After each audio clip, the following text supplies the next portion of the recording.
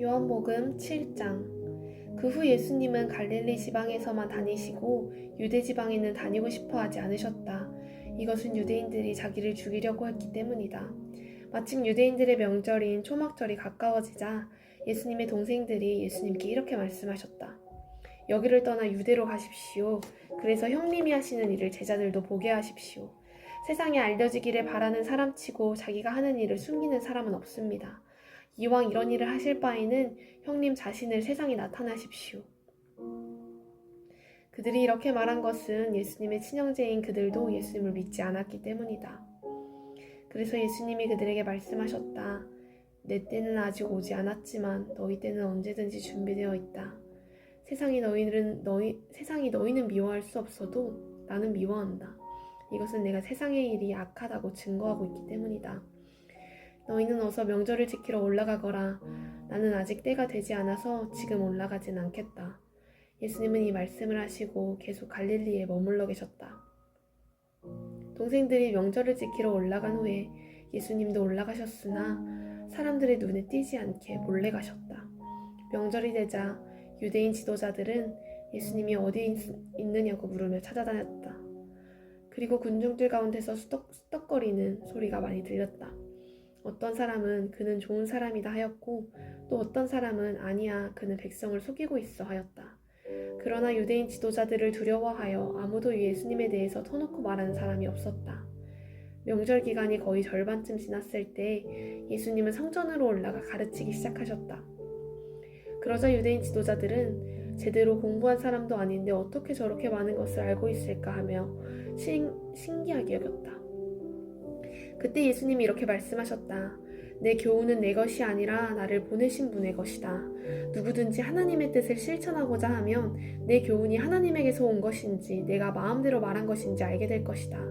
자기 마음대로 말하는 사람은 자신의 영광만을 추구하지만 자기를 보내신 분의 영광을 위해 일하는 사람은 진실한 사람이다. 그런 사람에게는 거짓이 있을 수 없다. 모세가 너희에게 율법을 주지 않았느냐? 너희는 한 사람도 그 율법을 지키지 않으면서 왜 나를 죽이려 하느냐?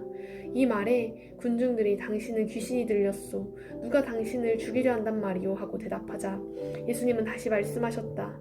내가 안식일에 한 가지 기적을 행했다고 너희는 모두 놀라고 있다.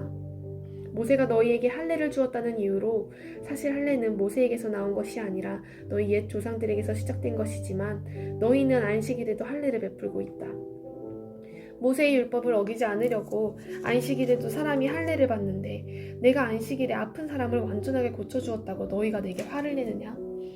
겉모양만 보고 판단하지 말고 올바른 표준으로 판단하라.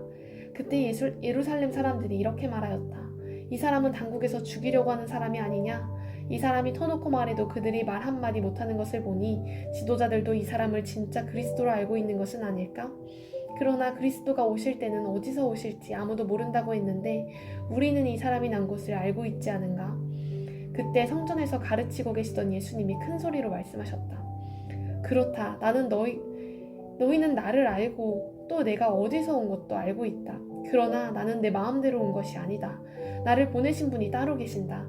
그분은 참되신 분이시다. 너희는 그분을 모르지만 나는 알고 있다. 이것은 내가 그분에게서 왔고 그분은 나를 보내셨기 때문이다.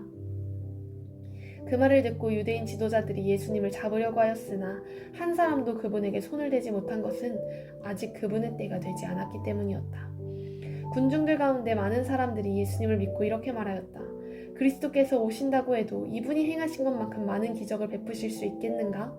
바리새파 사람들은 군중들이 예수님에 대하여 수군거리는 소리를 들었다. 그래서 그들과 대제사장들은 예수님을 잡아오라고 성전 경비병들을 보냈다. 그때 예수님은 내가 조금만 더 너희와 함께 있다가 나를 보내신 분에게 돌아간다. 너희는 나를 찾아도 만나지 못할 것이며 내가 있는 곳에 오지 못할 것이다 하고 말씀하셨다. 그러자 유대인 지도자들이 서로 말하였다. 이 사람이 어디로 가기에 자기를 찾지 못할 것이라고 하는가? 그리스에 흩어져 사는 유대인들에게 가서 그리스 사람들을 가르치겠다는 건가? 우리가 찾아도 만나지 못하고 또 그가 있는 곳에는 우리가 갈 수 없다니 도대체 그 말이 무슨 뜻일까? 축제 분위기가 절정에 달한 명절 마지막 날에 예수님은 서서 이렇게 외치셨다. 누구든지 목마른 사람은 다 나에게 와서 마셔라. 나를 믿는 사람은 성경 말씀대로 그 마음속에서 생수의 강이 흘러나올 것이다. 이것은 예수님을 믿는 사람들이 앞으로 받을 성령에 대하여 하신 말씀이었다. 예수님이 아직 영광을 받으시지 않았기 때문에 성령께서 아직 사람들 가운데 계시지 않았다.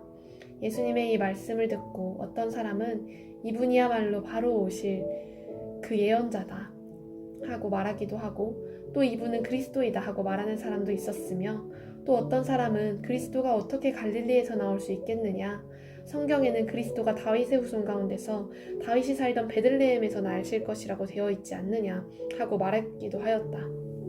이와 같이 사람들은 예수님에 대해서 서로 의견이 엇갈렸다.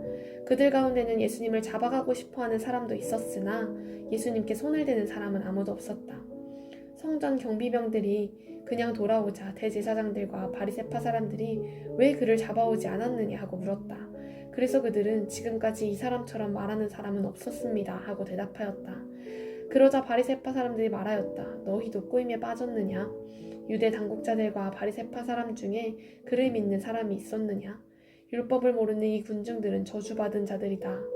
그때 그곳에 있던 한 바리새파 사람, 곧 전에 예수님께 찾아간 일이 있던 니고데모가 우리 율법에는 사람을 판결하기 전에 먼저 그 사람의 말을 들어보고 그가 한 일을 알아보도록 되어 있지 않소? 하자, 당신도 갈릴리 사람이요? 성경을 찾아보시오. 갈릴리에서 예언자가 나온다는 말이 어디 있소? 하고 쏘아붙였다. 그러고서 사람들은 모두 자기 집으로 돌아갔다. 아멘.